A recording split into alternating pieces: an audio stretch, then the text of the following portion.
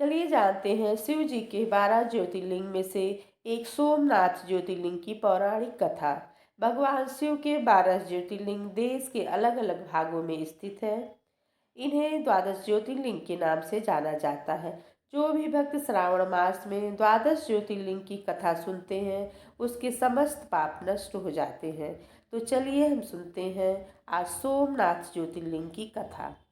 गुजरात प्रांत के काठियावाड़ में क्षेत्र में समुद्र के किनारे सोमनाथ नामक विश्व प्रसिद्ध मंदिर में यह ज्योतिर्लिंग स्थापित है। पहले यह क्षेत्र प्रभास क्षेत्र के नाम से जाना जाता था। यही भगवान श्री कृष्ण ने जरा नामक व्याध के बाण को निमित्त बनाकर अपनी लीला का संवरण किया था। यहाँ के ज्योतिर्लिंग की कथा का पुराणों में इस प्रकार से वर्णन है। दक्ष प्रजापति की 27 कन्याएं थीं। उन सभी का विवाह चंद्रदेव के साथ हुआ था, किंतु चंद्रमा का समस्त अनुराग व प्रेम उनमें से केवल रोहिणी के प्रति ही रहता था। उनके इस कृत्य से दक्ष प्रजापति की अन्य कन्याएं बहुत ही अप्रसन्न रहती थीं। उन्होंने अपनी यह व्यथा अपने पिता को सुनाई। दक्ष प्रजापति ने इससे इसके लिए चंद्रदेव को अनेक प्रकार से समझाया, किंतु रोहिणी के वशीभूत उनके हृदय पर इसका कोई प्रभाव नहीं पड़ा। अंततः दक्ष ने क्रुद्ध होकर उन्हें क्षय रोग हो जाने का श्राप दे दिया।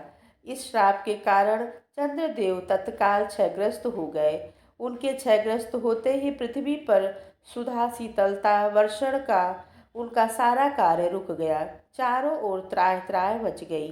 चंद्रमा भी बहुत दुखी और चिंतित थे। उनकी प्रार्थना सुनकर इंद्र आदि देवता तथा वशिष्ठ आदि ऋषिगण उनके उद्धार के लिए पितामह ब्रह्मा जी के पास गए। सारी बातों को सुनकर ब्रह्मा जी ने कहा, चंद्रमा अपने श्राप विमोचन के लिए अन्य देवों के साथ पवित्र प्रभास क्षेत्र में जाकर मृत्युंजय भगवान शिव की उपासना करें। उनकी कृपा से अवश्य उनका श्राप नष्ट हो जाएगा और ये रोग मुक्त हो जाएंगे। उनके कथानुसार चंद्रदेव ने मृत्युंजय भगवान की आराधना का सारा कार्य पूरा किया। उन्होंने घोर तपस्या करते हुए 10 करोड़ बार मृत्युंजय मंत्र का जाप किया। इससे प्रसन्न होकर मृत्युंजय भगवान शिव ने उन्हें अमरत्व का वर प्रदान किया।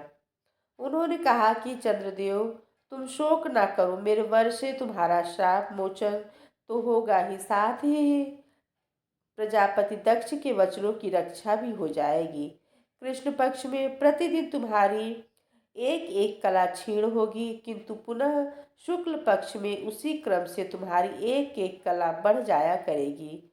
इस प्रकार प्रत्येक पूर्णिमा को तुम्हें पूर्ण चंद्रत्व प्राप्त होता रहेगा। चंद्रमा को मिलने वाले इस वरदान से सारे लोकों के प्राणी प्रसन्न हो उठे। सुधाकर चंद्रदेव पुनः 10 दिशाओं में सुधा वर्षण का कार्य पूर्ववत करने लगे। शाप मुक्त होकर चंद्रदेव ने अन्य देवताओं के साथ मिलकर मृत्युंजय भगवान से प्रार्थना की और माता पार्वती जी के साथ सदा के लिए प्राणों के उद्धार्थ यहाँ निवास करें।